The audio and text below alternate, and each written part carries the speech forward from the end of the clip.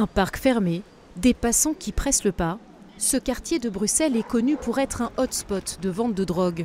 Mais depuis quelques mois, il est aussi le théâtre de violents affrontements entre gangs. Rien qu'en juillet et août, plus de 20 fusillades ont éclaté dans la capitale belge. Ça devient un peu dangereux de savoir qu'un enfant peut se prendre une balle perdue ou que quelqu'un peut passer par là et se retrouver dans un conflit de narcotrafic qui ne serait pour rien. Résultat, le ministre de l'Intérieur a annoncé vouloir déployer prochainement l'armée dans les rues. Les militaires formeraient des patrouilles mixtes avec la police.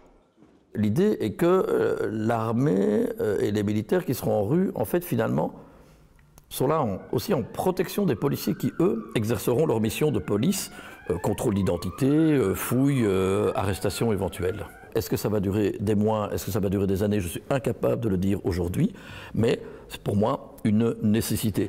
À la Chambre des députés, la question fait débat. Plutôt que des militaires dans les rues, cet élu socialiste souhaiterait voir augmenter les moyens consacrés à la police.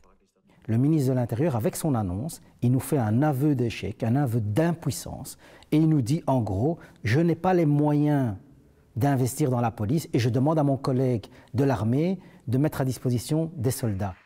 Mais pour cette députée de droite, il n'existe pas vraiment d'alternative, tant la situation s'est aggravée dans la capitale belge.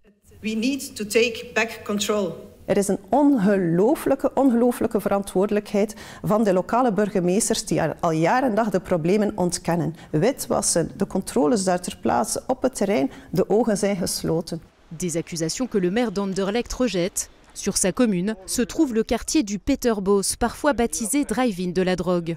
Sur la période 2022-2026, il prévoit d'augmenter la dotation de sa commune à la police locale de 54%. L'année dernière, 1500 personnes ont été arrêtées sur sa zone de police. Mais pour l'élu, des moyens doivent être mis en place au niveau fédéral.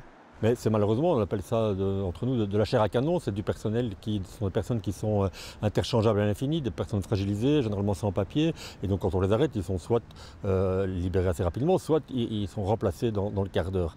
Et donc par rapport à ça, il faut en plus faire des enquêtes de longue haleine, on va dire. Et ça, c'est le boulot de la police judiciaire fédérale. Plus de moyens pour remonter les filières de la drogue.